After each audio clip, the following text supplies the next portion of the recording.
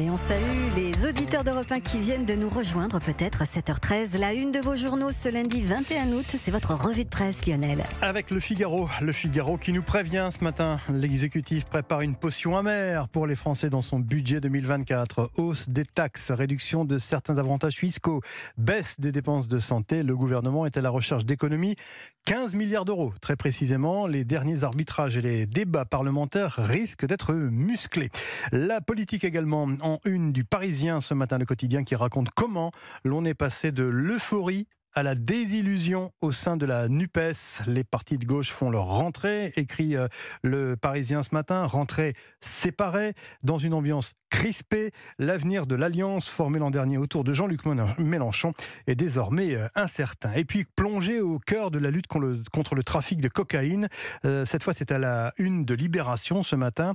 Coq en coq, écrit le quotidien. Vous allez comprendre pourquoi coq, parce que c'est un véritable tsunami de cocaïne qui déferle sur les côtes atlantiques. Et Libération a pu visiter le centre de surveillance maritime de la lutte antidrogue, confronté donc à l'ingéniosité et à la puissance des cartels. Vaste dossier, grand reportage ce matin donc chez nos confrères de Libération. De votre côté, qu'est-ce que vous avez repéré, mon cher Dimitri Vernet ? Eh bien, un article dans le Parisien qui va parler à beaucoup de vacanciers, je pense, puisque le quotidien nous propose un focus sur les boîtes à clés. Vous en avez sûrement déjà croisé, mon cher Lionel, ma chère Marlène. Vous savez, ce sont ces petites boîtes à code qui enferment les clés de votre Airbnb, de votre camping, qui vous permet de récupérer les clés de votre réservation sans passer par une rencontre avec le propriétaire. C'est un système qui est massivement utilisé, je vous le disais, sur la plateforme Airbnb depuis quelques années et qui commence à arriver dans les hôtels, comme on pu le constater cet été. Aude et Olivier, c'est un couple qui témoigne dans cet article. Personne ne nous avait demandé l'heure de notre arrivée. On a vite compris pourquoi. Aude et Olivier, quelque peu exaspéré, parce que vous l'aurez compris, il n'y a donc pas de service de réception dans leur hôtel.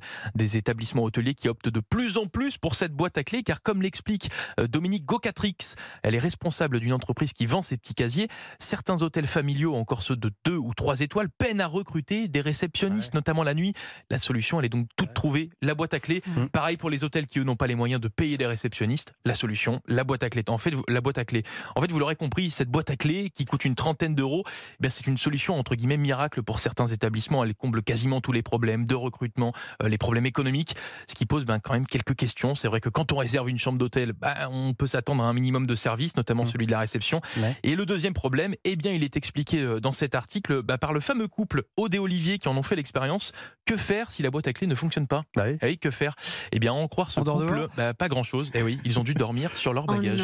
Incroyable. Voilà. Incroyable. Savez-vous que la France est le premier producteur de viande bovine en Europe ? Un cheptel évalué à 17 millions de bêtes, nous précise le Figaro ce matin, et pourtant cela reste pour les éleveurs un métier qui est toujours aussi mal rémunéré. On a perdu 25% d'éleveurs en 10 ans, précise Arnaud Rousseau, le nouveau président de la FNSEA. Et dans ce contexte, le Figaro donne un coup de projecteur sur ces éleveurs qui misent sur les races atypiques pour sortir de la crise. Il y a par exemple ce troupeau de bisons au cœur du Berry, Rouvre-les-Bois, petit village, un troupeau d'une 50aine de bisons.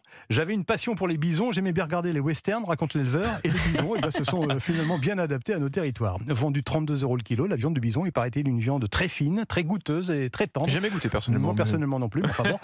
Dans le Lot maintenant, c'est une jeune agricultrice qui s'est lancée, elle, dans la production de mozzarella au lait de bufflonne, donc avec un élevage de bufflonne. Enfin, dernier exemple, la renaissance d'une race qui avait pourtant disparu, la bleue de Bazougers. J'avoue que j'ai découvert ça. Moi non plus, Elle avait été rayée définitivement de la liste des vaches françaises en 2015, mais des passionnés et les miracles de la génétique ont permis sa résurrection grâce à la semence des derniers taureaux qui avaient été collectés, cette semence, pour l'insémination artificielle.